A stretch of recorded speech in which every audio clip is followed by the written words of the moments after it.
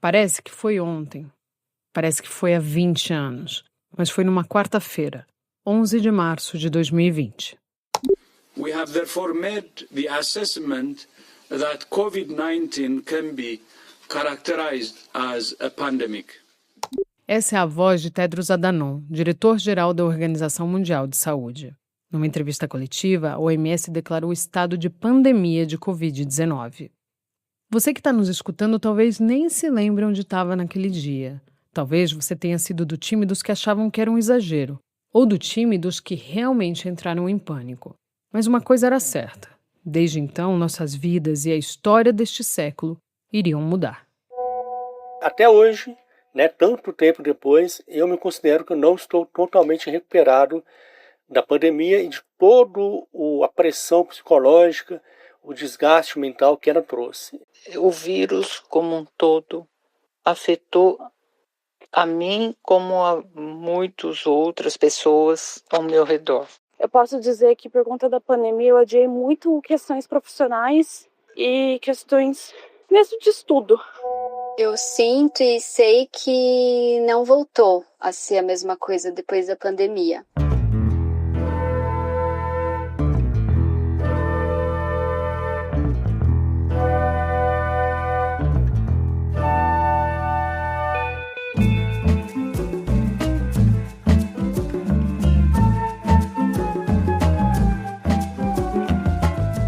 Olá, ouvintes do Pauta Pública, eu sou Andréa Dipp, divido os microfones desse podcast com a Cláudia Jardim. Oi, Jardim. Olá, Dipp, olá para você que nos acompanha no Pauta Pública. 5 anos de pandemia. E essas vozes que vocês ouviram na abertura do programa são depoimentos que nós vamos escutar na conversa de hoje. São pessoas de diferentes gêneros, idades, profissões, mas que, assim como você e eu, passaram por essa experiência coletiva da pandemia de Covid-19. Pois é, Cláudia, 5 anos desde a declaração da pandemia. Só de falar nisso passa um filme na cabeça de todo mundo, né? Geralmente um filme de suspense e terror. Mas, de vez em quando, um filme de esperança das pessoas que, enquanto tentavam entender o que estava acontecendo, ainda buscavam formas de se apoiar e se conectar umas com as outras. No dia 11, teve essa declaração de pandemia pela OMS e dia 12 de março, o registro da primeira morte por Covid no Brasil. Depois vieram as primeiras 100 mortes, depois as primeiras 1.000, 10.000, 50.000, 100.000 mortes. Até a data de gravação desse programa, o site do Ministério da Saúde contabilizava que, entre 23 de março de 2020 e 1 de março de 2025, morreram 715 mil pessoas e mais de 39 milhões de casos de Covid foram registrados no Brasil. Durante esse trauma, a gente foi aprendendo uma nova rotina e se apropriando de um novo vocabulário. Coronavírus, lockdown, cepa, assintomático, distanciamento social, imunidade de rebanho, quarentena e por aí vai. Como descartar máscaras e quais protegem ou não, como higienizar as compras, como fazer um encontro de amigos via Zoom, o trabalho remoto, isolamento. Tantas mudanças e tantas imagens ficaram para sempre na memória. Muitas tristes, como as covas abertas em cemitérios esperando novos corpos. Algumas bizarras, como Jair Bolsonaro mostrando uma caixa de cloroquina para uma das emas do Palácio do Planalto. E outras emocionantes, como a primeira pessoa vacinada no Brasil. Este é um momento histórico para o Brasil. E aqui, no Hospital das Clínicas, em São Paulo, referência no país, referência internacional, o maior polo clínico da América Latina. É aqui que nós iniciamos imediatamente a vacinação dos brasileiros. Uma cena que mostrava que o pesadelo um dia chegaria ao fim. Graças a um esforço global inédito, a vacinação fez o número de mortes cair, até que em maio de 2023 a OMS declarou o fim de estado de emergência global de Covid.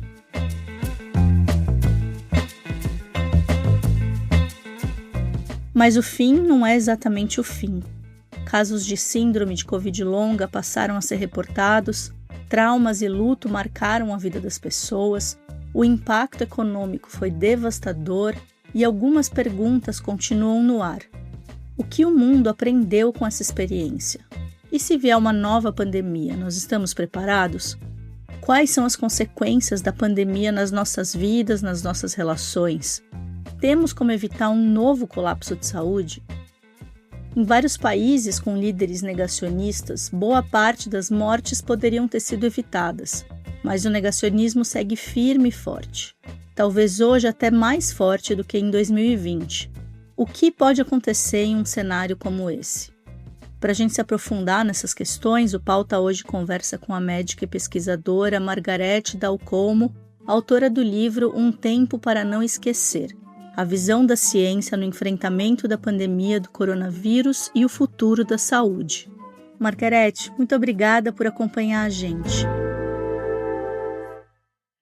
Margarete, em 2021, a senhora escreveu um artigo que terminava assim: podemos considerar que a Covid-19 será para a vida social no planeta o que a AIDS foi para a vida sexual. Mudará nossos comportamentos e paradigmas. Após 5 anos de pandemia, como que a senhora responde a essa pergunta que a senhora mesma elaborou? Olha, eu já tenho feito uma crítica a mim mesma, né, por ter errado redondamente numa avaliação, né? E, na verdade, a minha avaliação se baseou em dados históricos. A história do homem no planeta, ela é marcada por epidemias e por pandemias. E, via de regra, a grande maioria delas gerou, ao final, ao seu controle epidemiológico, seja espontâneo, seja por medidas tomadas pelos estados, onde houve os problemas, né? E o grande exemplo são as grandes pestes do final do século XIV, elas geraram, em geral, um fenômeno cultural positivo, pelo menos, como foi o Renascimento ao final de todas as grandes pestes que assolaram a Europa no final do século XIV. E a pandemia da Covid-19, nós tínhamos uma esperança, eu diria, né, de que a humanidade pudesse se humanizar melhor, ter uma mudança de comportamento, ter um olhar, né, como usando a expressão do Saramago, um olhar para o outro de maneira diferente, né? E nada disso aconteceu. Na verdade, o mundo ficou pior, né? As guerras insanas apareceram, enfim, conflitos, exclusão social, e hoje nós vemos, quer dizer, não apenas não houve uma mudança de comportamento, a não ser em grupos muito localizados em relação aos cuidados relacionados à AIDS ou à infecção pelo HIV, onde também existe aí uma diferença, como nós temos visto hoje, sobretudo pelo impacto dos cortes norte-americanos. Então, hoje, o que nós vemos, na verdade, o meu olhar é muito decepcionado sobre uma esperança que eu nutri, tendo em vista tanto sofrimento que nós tivemos começados há 5 anos atrás. Então, essa retrospectiva, para mim, é uma retrospectiva muito decepcionante em relação à minha própria esperança, conforme eu manifestei nesse artigo.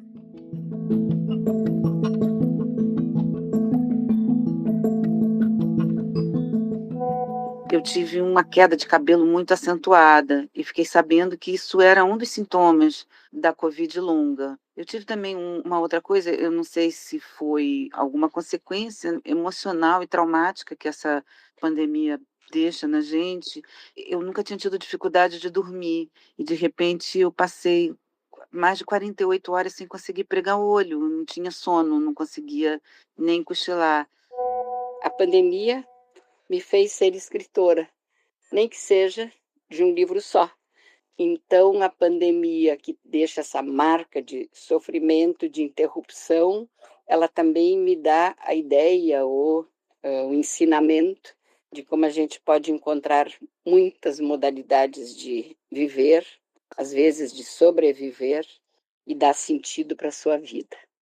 E, Margarete, o que mudou do ponto de vista social e de saúde mental, principalmente? Existem sequelas da Covid na saúde mental? O que mudou nesse sentido? Eu, não sendo uma especialista em saúde mental, mas acompanhando casos de Covid longa, né, e eu estou, inclusive, num grupo ligado ao G20 para trabalhar em normas e recomendações para Covid longa, né, hoje, com esse recuo histórico de 5 anos, nós já sabemos que a Covid longa é, talvez, hoje, o desafio clínico e epidemiológico mais complexo que nós enfrentamos, exatamente pela variedade de casos e de sintomas e de sequelas decorrentes dos episódios de Covid-19. Para a Organização Mundial da Saúde, a Covid longa ocorre em indivíduos com histórico de infecção por Covid, normalmente dentro de 3 meses desde o contato com o vírus.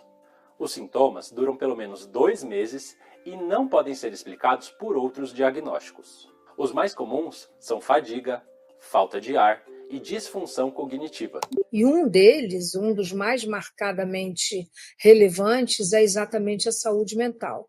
Então, hoje há necessidade de serviços multidisciplinares e transdisciplinares para lidar com mudanças de comportamento, com traumas decorrentes de Covid grave ou internações prolongadas, ou mesmo o próprio isolamento ao qual as pessoas foram instadas a permanecer durante praticamente 2 anos. Então, tudo isso gerou um impacto sobre a saúde mental. Há um trabalho de grande relevância sendo desenvolvido aqui no Brasil, financiado pelos nossos órgãos de fomento, coordenados pelo professor Flávio Kapczynski, da Universidade do Rio Grande do Sul, que vai nos responder o impacto sobre as doenças mentais, sobretudo depressão e mudanças comportamentais nesse período pós-Covid. Esse trabalho está em desenvolvimento e certamente vai nos gerar uma informação nos próximos 2 anos, digamos, de grande relevância. Mas eu não tenho dúvida de que o impacto sobre a saúde mental foi muito relevante, sim, decorrente da Covid-19.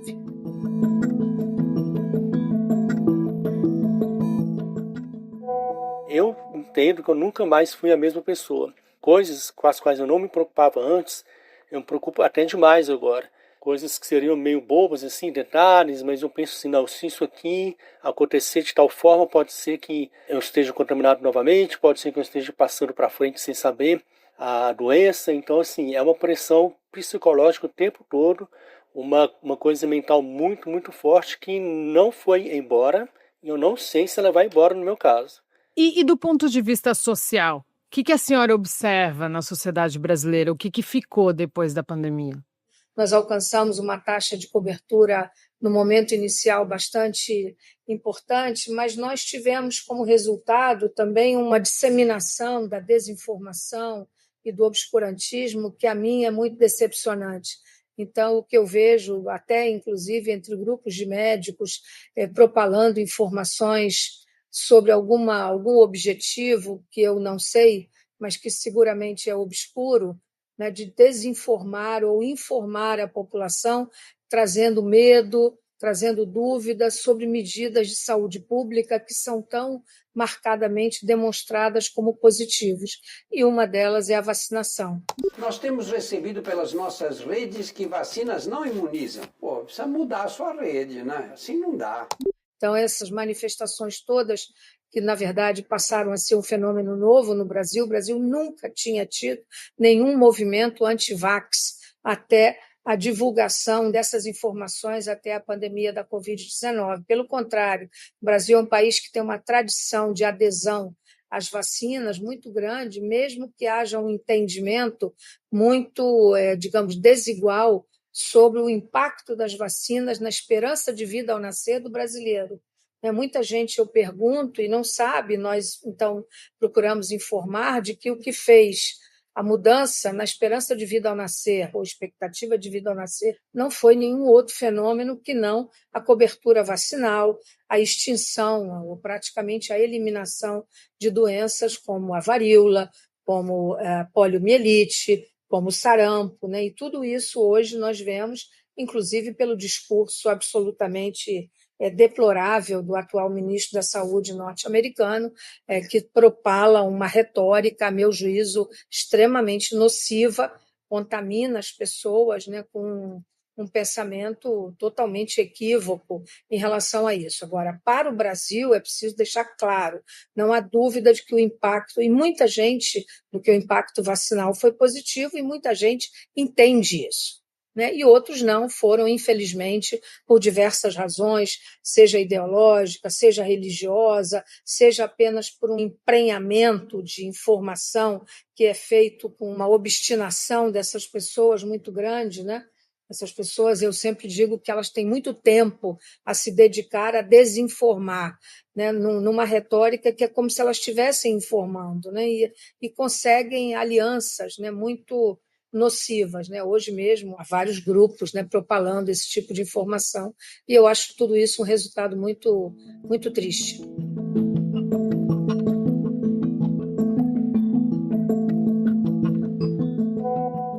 Há um pouco mais de um ano eu tive Covid, não foi forte, né, por causa de vacina, mas até agora meu olfato não voltou totalmente.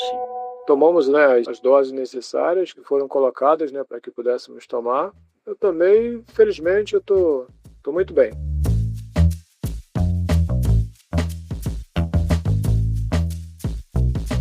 E a senhora falou que a gente nunca tinha tido um movimento anti-vax antes da pandemia no Brasil. Isso mudou depois da pandemia e depois de que foi provada, enfim, a eficácia das vacinas?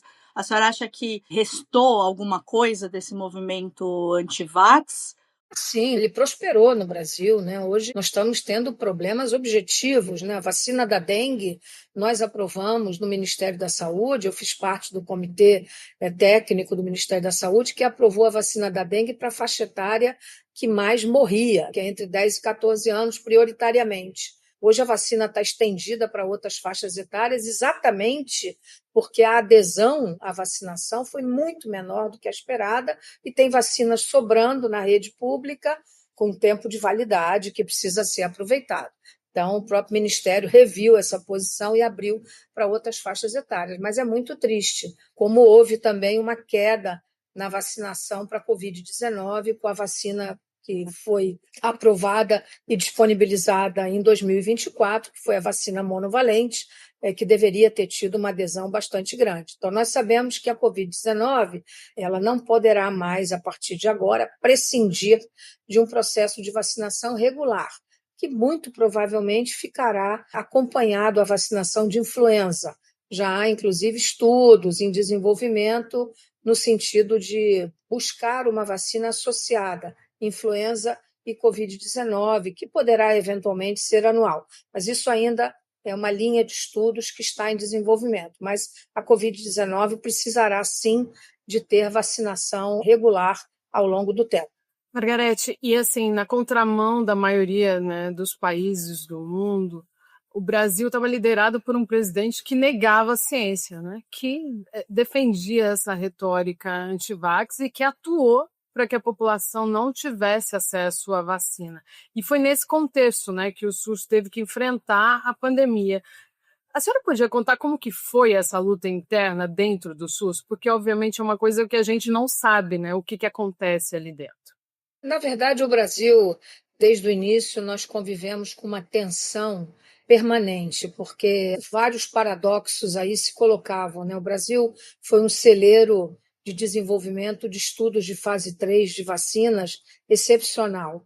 Então, nós desenvolvemos estudos com grande número de inclusão de voluntários para várias plataformas vacinais, como nós sabemos. E nós sabíamos desde o início, eu disse isso na minha primeira entrevista pública, que o afastamento físico, né, ou o isolamento social seria uma arma poderosa numa doença de transmissão aguda respiratória.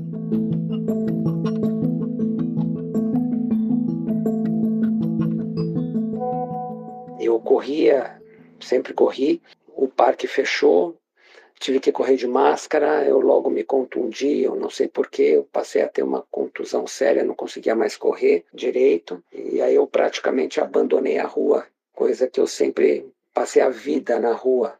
Então isso foi algo muito sufocante. Isso, desde o início, foi contestado nas mais variadas manifestações, inclusive governamental.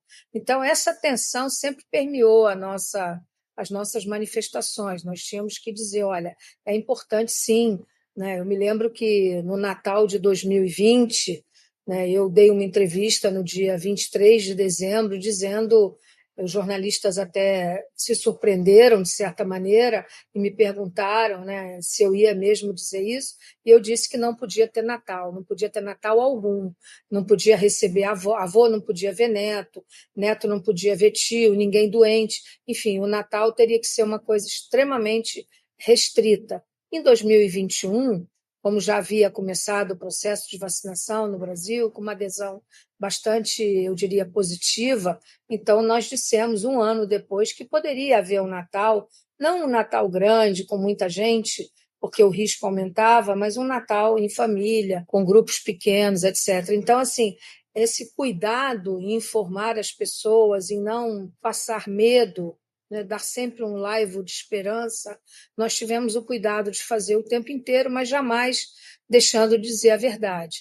Quando nós não deixamos de poder ter os dados disponíveis, providos pelo próprio Ministério da Saúde, vocês se lembram disso, que os nossos dados eram providos por um consórcio de órgãos de comunicação.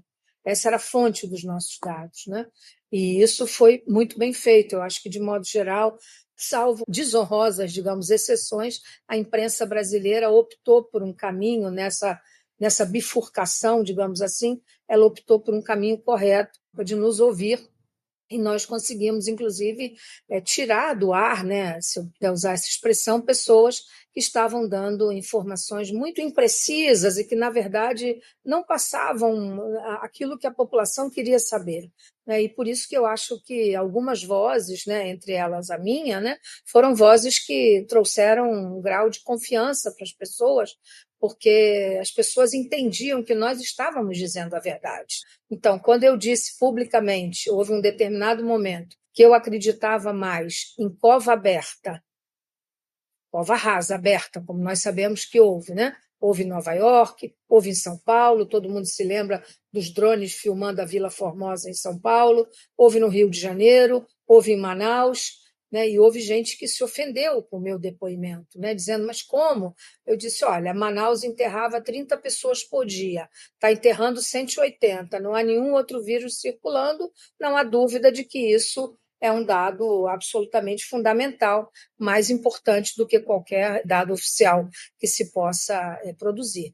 Então, assim, eu acho que em alguns momentos nós fomos muito veementes, porque precisava ser, e quando eu disse que não podia ter Natal, naquele momento, morriam 2.000 pessoas por dia. Então, não era possível que nós estimulássemos algo que poderia trazer dano às famílias e mais luto e mais tristeza.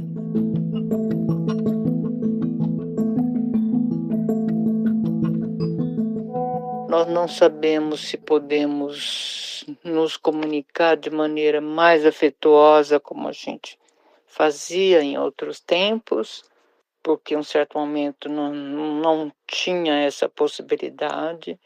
Então a gente sente um certo desconforto a expressar o nosso afeto.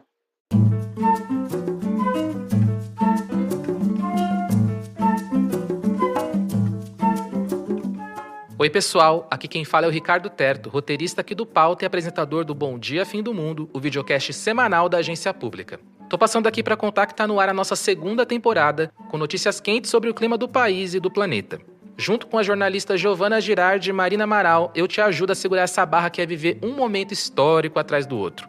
E nessa semana a gente vai falar das apostas apocalípticas do presidente Trump. Então, quando terminar de ouvir o Pauta, já sabe. Procura a gente aí no seu feed. E se você preferir nos assistir, a gente também está em vídeo no YouTube da Agência Pública. Toda quinta-feira, bem cedo, Bom Dia Fim do Mundo. E, Margarete, você acha que a percepção da população sobre o SUS mudou durante e depois da pandemia? Sim, aí eu acho que há um impacto mensurável, porque, inclusive, o SUS era algo muito distante das classes mais favorecidas brasileiras, né? E hoje, qualquer paciente privado que eu veja, de classe média ou de classe média alta, todo mundo sabe o que é o SUS, porque todo mundo sabe que as vacinas estão no SUS, que as vacinas que as crianças tomam, a grande maioria delas está no SUS disponível, e que o SUS provê vacina complexas e até de custo maior para pessoas em situações especiais de vulnerabilidade, como transplantados de órgão. Todas as classes entenderam que os procedimentos de alto custo, por mais que alguém tenha um seguro de saúde privado, se você vai fazer um transplante de órgão, quem financia o transplante de órgão, quem faz o transplante, o que vai colher, que vai buscar do doador, que vai trazer, é o SUS. Então, as pessoas entenderam o que é o Serviço Único de Saúde e que, na verdade, esse é um bem muito precioso, bem como tratamentos de alto custo que são providos governamentalmente no Brasil, como são, por exemplo, para as doenças endêmicas. Lembrando aqui que as doenças endêmicas no Brasil tiveram um baque enorme com a pandemia, e eu diria aqui para vocês que o grande exemplo disso é a tuberculose. Quer dizer, o Brasil ainda é um país que tem uma quantidade de casos de tuberculose enorme, né? E teve um baque. Então, é outro paradoxo, né? Nós temos os melhores tratamentos, inclusive tratamentos de alto custo para casos complexos e ou que tenham alguma resistência bacteriana, e tudo isso é provido pelo SUS. Quando eu trato um paciente privado, ele me diz, doutora, eu posso até comprar. E nós dizemos, não, o medicamento está no SUS, ele é para todo mundo. O SUS tem uma integralidade e uma igualdade para todos os cidadãos brasileiros. Então, assim, eu acho que sim, houve um impacto positivo. As pessoas entendem, sim, um pouco melhor o que é a importância, a magnitude para uma população tão desigual, tão obscenamente desigual como é a população brasileira. Doutora, era justamente da desigualdade social que eu queria que a gente falasse agora, porque apesar do acesso ao SUS e às vacinas depois, enfim, as pessoas mais empobrecidas foram as que estavam mais vulneráveis ao longo da pandemia, né? Então, pensando nessa retrospectiva desses 5 anos e do acesso à saúde, a gente aprendeu alguma coisa? O que ainda precisa ser feito para reduzir essas disparidades que, como a senhora diz, é obsceno, né? Aprendeu desigualmente, né? Porque a obscenidade continua, né? Apesar dos programas governamentais que ocorrem nessa administração, né? Como todas as, enfim, distribuição de renda, né? E que, obviamente, são muito bem-vindos, né? Eu sou uma grande defensora de programas como Bolsa Família, ou estímulo para que alguém esteja matriculado no colégio, né? A exigência de carteirinha de vacinação, todo esse discurso dizendo que liberdades são liberdades individuais, são nada. Liberdades são liberdades coletivas, né? Um deve proteger o outro. Então, diante de uma doença, por exemplo, que se transmite, não há liberdade individual. Os Estados Unidos está mostrando o equívoco agora, né? Nós estamos com surto de sarampo dentro dos Estados Unidos. Por quê? Porque o próprio ministro da Saúde desestimula a vacinação quando o sarampo é uma doença que mata e que tem que ser eliminada do mundo com vacinação, como foi varíola e como muito provavelmente será a poliomielite ou a paralisia infantil, melhor dizendo, que é um nome que as pessoas reconhecem mais, muito, muito em breve. Só não o foi ainda porque por problemas de natureza religiosa, equívocos, pessoas que não se vacinam e que fez o recrudescimento do vírus circular. E o Brasil, de novo, assume a vanguarda desse controle quando extingue a vacinação, por exemplo, para pólio, né, e que assume, digamos, a vacinação por vacina injetável. Então, não vai mais fazer as gotinhas, porque as gotinhas são vacina de vírus vivo atenuado e que circula na rede sanitária, etc., ao contrário da vacina injetável.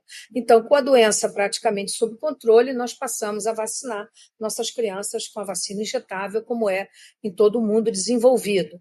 Então, assim, eu acho que não é possível que conquistas como essas e que favorecem a toda a população sejam colocadas em risco, né? ou em questionamento. Isso eu considero muito grave, sobretudo quando vem de uma voz de uma autoridade de Estado.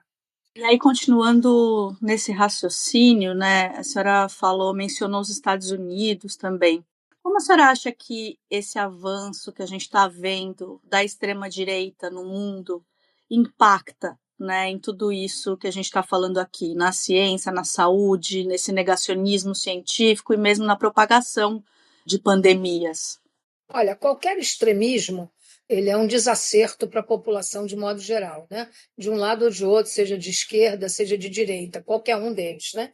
E a história, eu não falo por mim, eu falo pela história do homem que está aí para demonstrar, né? Então, a exclusão, ela existe em qualquer tirania de natureza ideológica, né? Qualquer uma, né? E hoje, o que nós vemos é que prospera o estímulo à ignorância, na verdade, né? Quer dizer, ignorância no sentido de alienar as pessoas do que eu chamaria um espírito crítico coletivo. É preciso que, se as pessoas têm dúvida, alguém esclareça as dúvidas, né? Mas não é possível que nós ouçamos, por exemplo, né? Eu vou dar exemplos práticos porque eles são muito pedagógicos, né? Que nós ouçamos um ministro da Saúde, né? Como aconteceu nos Estados Unidos, diante de uma epidemia, nós estamos diante de uma nova epidemia de vírus influenza H5N1 que nasceu nos Estados Unidos, nas fazendas americanas, é a gripe aviária, né, que se transmitiu para o gado leiteiro, e hoje os grandes frigoríficos americanos são o celeiro de transmissão, e que nós ouçamos um ministro da Saúde dizer que as pessoas têm que tomar leite cru, quando nós sabemos que o processo de pasteurização, criado desde Louis Pasteur e que nós usamos em todo o mundo, né, inclusive no Brasil, é o processo que elimina a presença de patógenos no leite de vaca. Então, como é possível que alguém diga tem que tomar leite cru, tem que tirar o flúor da água, quando nós sabemos que a fluoretação da água foi o responsável pela eliminação da cárie, né? E que cárie é uma coisa absolutamente que caracteriza a exclusão social, não é possível, né? Olhamos a Escandinávia, onde nem cárie existe mais. Hoje você vai a um dentista na Suécia, ele nem sabe mais tratar cárie, porque não existe cárie. Foi eliminada pelo tratamento da água, pelo flúor na água, pela água potável, pelo saneamento básico. Então, são medidas sanitárias tão antigas, tão arraigadas e tão, eu diria, tão demonstradas que a mim me soa chocante que eu ainda ouço alguém colocar isso em questão. Né? Então, vacinação, saneamento básico, pasteurização do leite, pasteurização de substâncias que vão ser ingeridas pelas pessoas, né? Cozimento dos alimentos para que se evite parasitas e que doenças parasitárias que ainda são tão frequentes e que também são marcadamente da exclusão social. Olha o que acontece na África. Né? Então, assim, não é possível, né, que um continente tão rico como a África ainda sofra de desnutrição, doenças parasitárias, doenças que poderiam, se houvesse uma igualdade maior na distribuição de recursos, e hoje nós vemos, né, programas totalmente ameaçados, né, pelo desmantelamento que nós temos visto da USAID, por exemplo, né, dos órgãos americanos, com a demissão em massa. Nós temos vários colegas que estão numa situação delicada lá, enfim, e que isso, ou que nós deixemos de ter, por exemplo, outro exemplo prático, né, informações tão atualizadas e que nós líamos semanalmente, a publicação do CDC norte-americano, que era aquela revista chamada MMWR, semanalmente, que por ordem do governo americano deixou de ser publicada. Então, hoje, se vocês me perguntam quantos casos de gripe H5N1 tem nos Estados Unidos, eu vou lhes responder, olha, até há 3 semanas atrás, que foi o último número, eram 69, eu não sei se tem mais, porque eu não tenho essa informação. Então, assim, é muito triste que tudo isso esteja acontecendo e isso, naturalmente, coloca em risco, né, alguns conceitos já muito estabelecidos que nós todos tínhamos, né? A minha sensação é como se eu tivesse passado a pandemia numa bolha, como no Matrix, desviando daquelas balas. Enfrento diariamente muito mais preocupação, muito mais pressa, mais urgência, um pouco de desânimo também, mais forte, né, vez ou outra, e muita frustração misturada com indignação. Professora, eu vou fechar aqui nossa conversa com uma pergunta que não dá para não fazer, né? 5 anos depois, com todo esse trabalho, com todo o avanço da ciência, nós estamos preparados para eventuais novas pandemias? Não, o mundo não está preparado, né? De novo, a desigualdade se impõe. Da mesma maneira como a desigualdade se impôs durante a pandemia, inclusive na distribuição das vacinas, né? Vocês viram o fracasso que foi o sistema Gavi, coordenado pelos próprios organismos internacionais, né? Enfim, tinha países ricos com 4 doses de vacina para cada habitante e os países africanos sem nenhuma dose dos seus habitantes, vacinando menos de 10% da população. Então, eu acho que nós não estamos preparados. No Brasil, eu acho que seria fundamental. Estou falando do Brasil, né? Outros países estão melhor preparados, de novo, por quê? Porque existem os chamados grupos de contingência, né? Se eu poderia chamar assim, ou uma inteligência, né? Uma agência de inteligência nacional, e eu acho que o Brasil mereceria ter isso, né? Como tem o CDC nos Estados Unidos, que num momento de pandemia, ou de epidemia, ou de risco sanitário, possa ser rapidamente acionada para determinar quais são as prioridades, se a prioridade é vacinar, se é comprar luva, se é isolar, enfim, isso tem que ter uma agilidade muito grande. Eu acho que, de novo, isso que eu estou chamando genericamente de uma contingência nacional, ela não está de maneira igualitária preparada. Então, eu diria que no Brasil nós estamos certamente melhor preparados do que estávamos, né? Não estamos tão, digamos, de calça curta, né? Se eu puder usar esse termo, como estávamos na pandemia, mas ainda longe de ter uma preparação contingencial como necessário. Doutora Margarete, muito obrigada por estar com a gente aqui no Pauta Pública e obrigada pela tua participação ao longo da pandemia, por lutar contra a desinformação e impedir que muitas vidas fossem levadas por causa disso. Obrigada a vocês.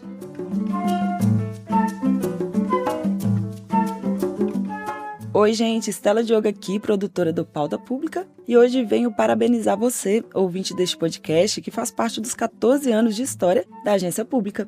O dia 11 de março marca essa conquista que só é possível com cada um de vocês, especialmente neste episódio, que contamos com a participação dos nossos aliados. Você também pode ter um contato mais próximo com a Pública e garantir benefícios exclusivos.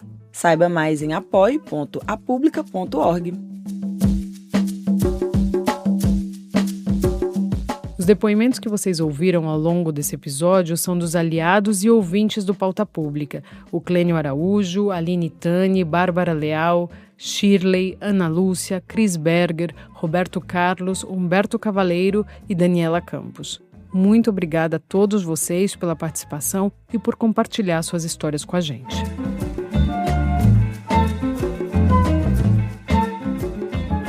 E chegamos ao fim de mais um Pauta Pública. Obrigada a você que acompanhou a gente até aqui. O Pauta é apresentado pela Andréa Dipp e por mim, Cláudia Jardim. A Dipp e eu também cuidamos da pauta e da entrevista do programa. Nesse episódio, incluímos os áudios do canal do Drauzio Varela, ABC News, Band News e BBC News. A produção do Pauta é feita pela Estela Diogo e pela Analice de Lima. O Ricardo Terto é quem cuida do roteiro. A edição é do Pedro Pastoriz. A identidade visual é da Tainá Gonçalves. Na comunicação e coordenação das redes sociais, está Lorena Morgana. O vídeo para as redes é da Etienne Karen. E a publicação no site fica com a Rafaela Ribeiro. A trilha sonora original é do Pedro Vituri. A coordenação da produção e edição dos podcasts aqui da Pública é feita por mim. O Pauta Pública é uma produção original da Agência Pública de Jornalismo Investigativo. Até sexta que vem, gente. Um abraço.